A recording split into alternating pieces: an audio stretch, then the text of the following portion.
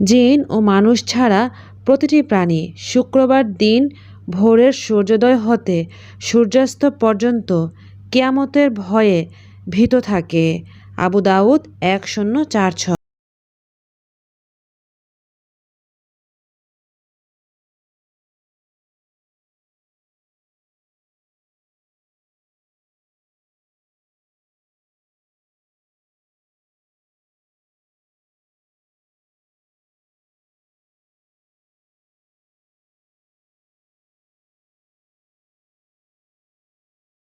ঢাকা থেকে ঐশী বলছি। ঐশীস ওয়ার্ল্ডে আরও একবার স্বাগত জানিয়ে নিচ্ছি। তো দেখতে পারতেছো স্বাগত জানাতে জানাতে আমরা অলরেডি গাড়িতে উঠে গিয়ে সিঙ্গারা খাওয়া শুরু করছি।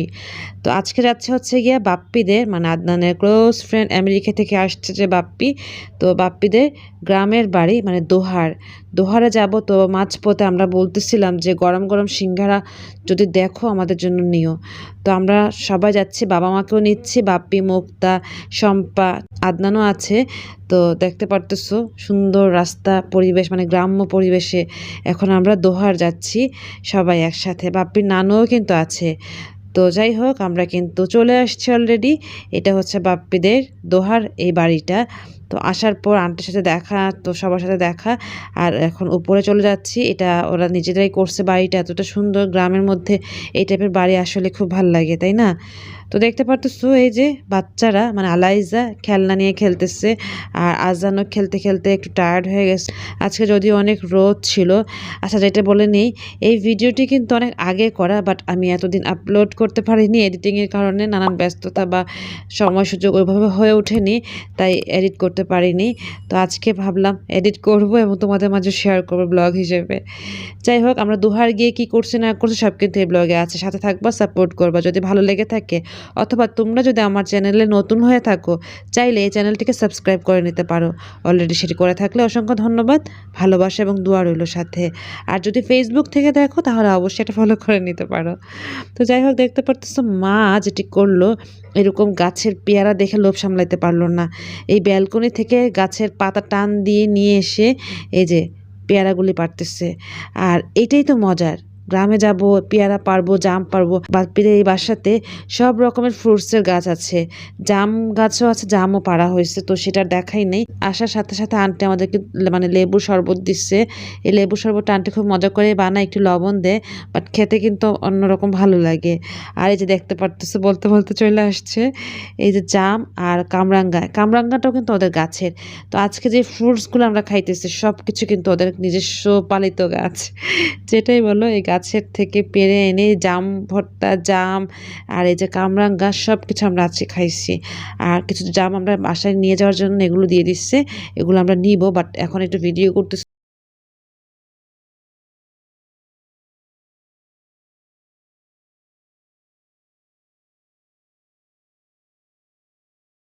খাওয়ার পর দুপুর হয়ে গেছিলো, দুপুর বলতে এখন 3টা বাজে।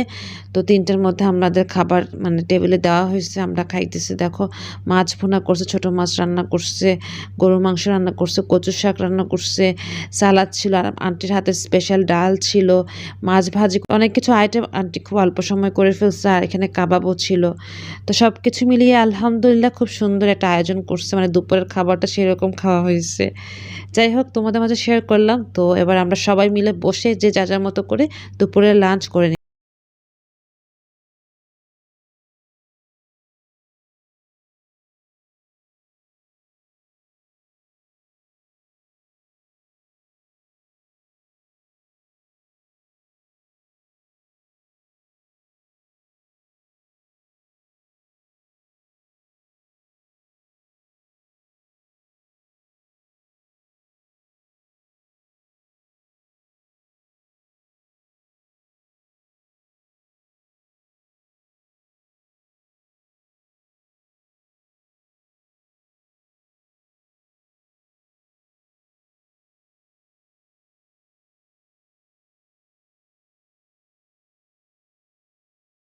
খাওয়া শেষ এ পর্যায়ে ঘরের মানুষরা যেন আন্টি নানু খেতে বসছে, সাথে ওই যে বাপ্পি বসছে, বাবার আমাদের তো সবার তো খাওয়া শেষ, তো গল্প করতেছিল।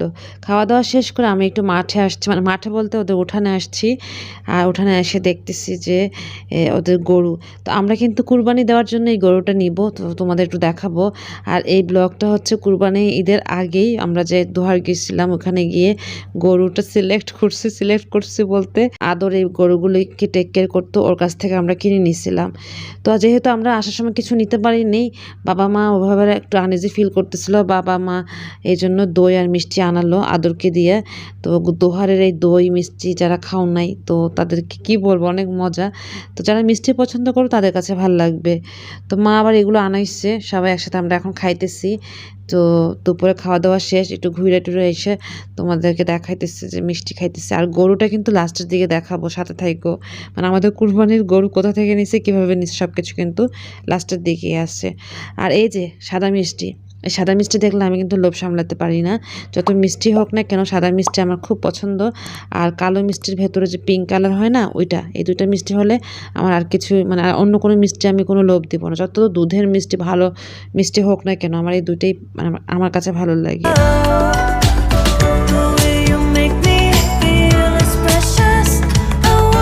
এটা হচ্ছে দুধের দোহারের মধ্যে বেস্ট এই মিষ্টিটা, বাট এটা কিন্তু আমার কাছে অতটা ভালো লাগে না, ওই যে দুধ এই জন্য।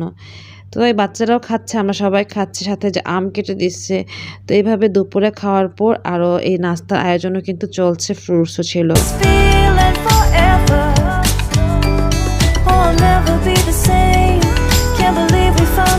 খাওয়া দাওয়া শেষ করে সবাই যার যার মতো করে সোফায় বা বিছানায় শুয়ে পড়লো, মানে কিছুক্ষণের জন্য ঘুমাই নিচ্ছে। এবার আমরা ঘুম থেকে উঠে আসরের সালাত আদায় করে নিয়ে গাড়িতে উঠে পড়লাম। তো বাপ্পিদের দুহারের যে জায়গাগুলো আছে না ওইখানে আমরা যাব, আর তোমাদের সাথেও শেয়ার করব। এই যে গ্রামের এই পরিবেশ বা এই রাস্তাগুলি আসলে খুব মিস করি। যারা আমরা ঢাকায় থাকি, আমরা সামটাইমস চাই এরকম গ্রামে এসে ঘুরে যেতে, একটু রিক্রিয়েশনের জন্য, বা এই যে গ্রামের সবুজ শ্যামলের বাতাস, তাই না? তো যাই হোক, এই যে দেখো ওদের এই জায়গাগুলো বাপ্পি আমাকে এবং মাকে দেখাইতেছে। আর সাথে এখানে অনেকগুলো কলা গাছ আছে, কলা গাছে অনেক কলা ধরছে, এটাও বাপ্পিদেরই কলা গাছ। যে মুক্তা আমরা সবাই মিলে এখানে গল্পও করতেছিলাম, আর এই যে ওদের মানে জায়গা জমিন যেটাই বলো সেটা একটু দেখাইতেছিল। এই পুরোটা এলাকা জুড়ে ওদের মানে এই জায়গাগুলি, তো তোমাদের মাঝে একটু শেয়ার করলাম। আর গ্রামের এই পরিবেশটা কতটাই মনোমুগ্ধকর, তো দেখে নিশ্চয়ই বুঝতে পারছো।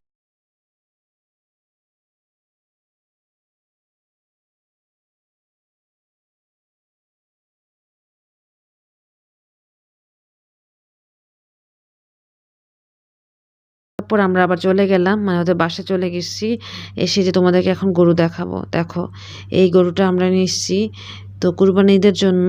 তো ওরা অনেকগুলো গরু এখানে পালতেছে, তো একটা আমরা নিয়ে নিব, যার কারণে একটু এখান থেকে দেখতেছিলাম। আর বাবা মাকেও নিয়ে আসছি কুরবানি গরু দেখানোর জন্য। আসলে আমরা চাইছিলাম প্রথমে যে এখানেই মানে কুরবানি দেওয়ার পর মাংসগুলো আমরা নিয়ে আসবো গাড়িতে করে, বাট এটা খুব হ্যাসেল হয়ে যায়, যার কারণে আমরা সেটা কিন্তু পরে আর করা হয়নি।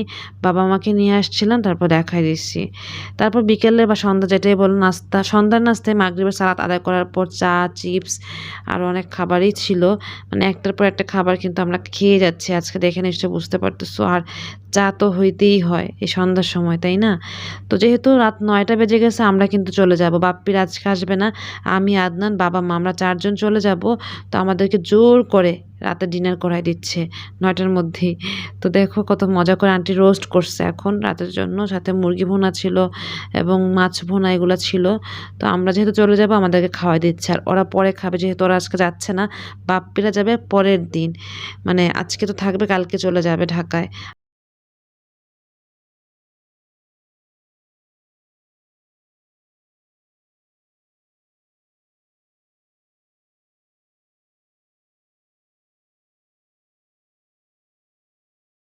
সবার কাছে ভালো লাগছে, তো তোমাদের মাঝে শেয়ার করলাম। এরকম নিত্যদিন ব্লগ নিয়ে চলে আসব, যদি ভালো লেগে থাকে ভিডিওতে কিন্তু একটা লাইক করে নিতে পারো। তো খাওয়া দাওয়া শেষ, আদনানও খাচ্ছে, বাবা খাচ্ছে। তো খেয়ে টেয়ে নিয়ে আমরা ব্যাগ ট্যাগ রেডি করে নিয়ে চলে যাব ঢাকায়, মানে বাসায়।